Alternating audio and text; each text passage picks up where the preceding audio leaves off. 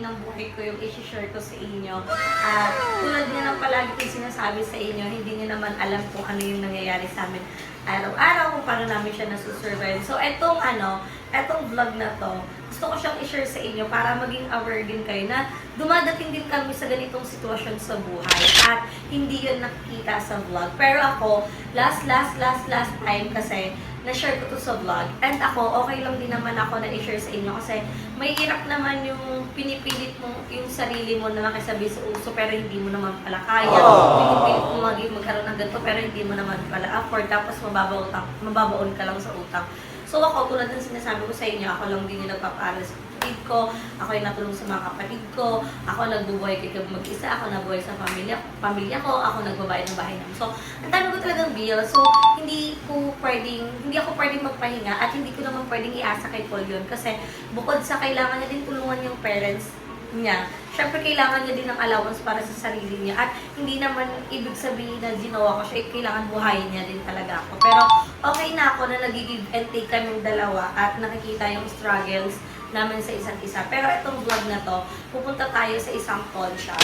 Uy, hindi kay Boss Oyo Pupunta tayo sa isang pawn shop kasi ang kakalating lang din ng revenue ko. So itong revenue ko ay medyo carry naman siya, may mga pasobra tayo. Kaya naman napag-isipan ko na nung sumasahod pa rin talaga ako, nag-i-invest ako para sa sarili ko, para in case of emergency, wala man akong malapitan or wala man akong matakbuhan, meron akong makukuha. So, hindi lang yon, pero thankful ako sa mga BNT, Kala Andrew Caldemuel, basta sa lahat ng BNT na nalalapitan ko, hindi lang sa problem, kundi pati din sa financial problem. So, nalalapitan ko sila. Pero sobrang thankful talaga ako to have them. At this time, napag-desisyonan ko na ayokong umalis ng bansa na may utang akong iiwanan. Ayokong magkaroon ng problem. Kaya sabi ko, sobra naman yung pera ko.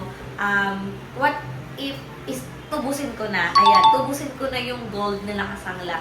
So, mapapansin nyo, yung gold ko na suot ng kwintas, nung vlog ni Aye na pinaprank nila ako sa collagen, hindi ko na siya nasusuot kasi nakasangla yun. Dahil nagkaroon ako ng financial problem last 2 months ago. So, yung isa ko naman na gold, na kwintas din, yung makapal, yung pinakamahal na gold, nasangla ko din siya kasi nagkaroon din ako ulit ng financial problem na parang sobrang short ako. So, hindi naman sa ayoko magkaroon ng utang na loob. Mahirap kasi na lumapit kasi isang tao tapos may maririnig kang something o kaya ganon. Pero ako thankful ako sa lahat, grateful ako sa lahat ng tumulong talaga sa akin. Pero ako kasi yun na lang din yung iniiwasan ko kasi natatrauma na ako dahil sa mga naging past kong mga kaibigan na ginamit lang naman ako, sa mga past kong kaibigan na alam mo yun na grabe yung ginawa talaga sa akin. So parang okay na ako na ma-survive ko yung sarili ko at alam ng BNT kung ano yung mga struggle na nararamdaman ko. So ngayon pupunta tayo, wala akong eme, ito kasi yung resibo nun. Etong kwintas ko, yung malaking gold, nasangla ko siya ng 14,000. So, tutubusin ko na siya ngayon kasi may tubo siyang 560. So, kailangan na natin tubusin yon. Eh, yung kwintas ko na gold, na maliit, hindi ko yun sinagad, pero ang nasangla ko lang yun ng 4,250. This time lang talaga nagkaroon ng malaking problem kasi nung na-hospital ako, kaya wala talaga akong choice. Kaya naman, uy, excited na ako matubos na sila ulit. Kasi, guys, malaking investment din yung gold kasi every month ata, tumataas yung value niya. So, parang, in case of emergency, makulang man ako ng budget para sa pag-aasikaso ko ng papeles, may kukunan ako, diba? May maaano talaga ako. Kasi ganun lang naman, iikot at iikot lang naman yung mundo at hindi tayo magsisettle na magsasangla lang tayo ng magsasangla ng gamit para lang makasurvive. Pero kung yun man yung need, gagawin natin. Pero hindi tayo pwedeng magsettle doon kasi syempre, di ba, masasanay lang tayo. Tara, punta na tayo sa pinagsanglaan natin. I'm so very excited na masuot na ulit yung pintas natin. Pero, hindi na ako pala suot ng gold, ng pintas. Hindi, ito yung pinakalas gold ko na suot, itong singsing na to. Kaya lang, hindi ko to sinasangla kasi may sentimental value to. Dahil ito yung unang gold na nabili ko para sa sarili ko. At hindi ko talaga siya masangla kasi para siyang promise ring para sa akin, para ito yung promise ko sa sarili ko na every time na may problem ako, lagi ko itong hawak, dito ako nabulong. Ewan ko, basta may sentimental tong singsing na to na hindi ko kayang i-let go. Although yun din naman dalawa. Pero ito kasi, pag sinangla mo siya, parang nasa 3K lang din naman siya. Pero ayoko talaga, ayoko siya i-let go. Pero tara, pumunta na tayo doon.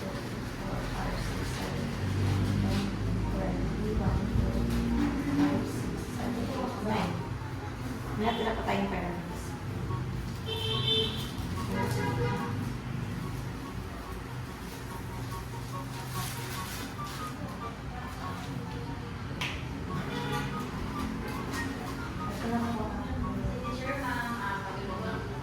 Apat na.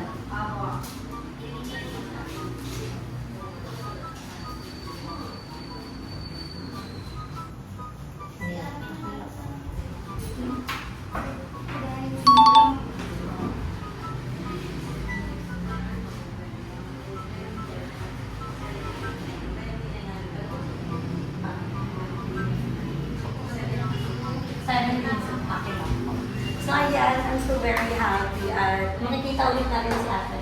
Pag isasangla na ulit natin yung quintas natin. Pero again, excited na. Kasi makukuha na natin yung dalawa natin quintas. Pero hindi ko siya sasuotin guys.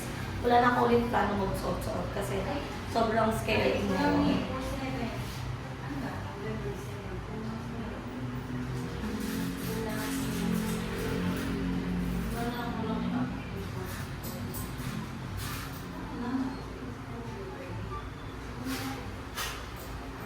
So, yan. Kunti na lang guys. Kumana na. Sabihin ko na lang kayo guys pag nakuha na natin. So, ayan. 21,000 pala lahat ng babayaran natin. So, ito na siya. Ala, ito na siya. Naalala niyo to. Ito yung sa vlog ko. Tapos ito yung isa kong pintas. Ito yung, ilang grams to ate? 6 grams. So, ayan. Ito na nakuha na natin. Thank you so much ate. Sige po. Wala na po kung leave na. Apa. Hindi, wala na po akong leave na. Thank you po. Ayan. Thank you po. Bye. So, ayan. Ay, si Balong na naman ang mahiwagang background. Nakauwi na tayo sa VNT house at so very happy right now dahil nakuha na natin ang ating mga quintas. So, pag nagkaroon ulit ng petsa, tibili ko sangla ulit. Charot, hindi. Hindi tayo magsisettle dyan. So, ngayon, ang gagawin naman natin ay uuwi tayo ng bahay ko para naman ibigay yung mga padala ni Kuya Jay for God. So, thank you din Kuya Jay sa parigalo ng bag para sa ating birthday gift. Tapos, pupunta din tayo sa bahay para iabot yung mga mga cars ni Gab na galing kay Kuya Jay. So, si Kuya Jay isang very good mother ng BNT. So, maraming salamat Kuya Jay. Sobrang na-appreciate kita sa extend ng inyong love at ang dami niyang gift sa atin. So, ipapakita ko rin sa inyo mamaya pag nakauwi na talaga tayo dito sa BNK House. Pero unahin ko munang puntahan dun si Gab. So, update ko na lang kayo, guys.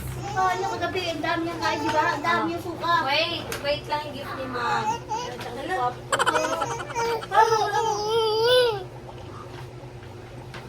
Ano na ako ma? Oh, game na 1, 2, 3. Gaya, pe! Hindi na Tayo ba sa'yo? O, siya ka babigay. Meron pa na, meron pa na. Meron pa. Sa'yo si Mami. Meron pa. 1, 2, 3, go. Wow! Man! Disappointed ka? Hindi, dito di ka mas disappoint. Wow, Shilet! Meron pa. Wow, Shilet! Dami ah. Hindi pa dyan natatapos. Wow, liempo! Wala, kinain na. Putek! Ano to? Wow! Wow, sausage!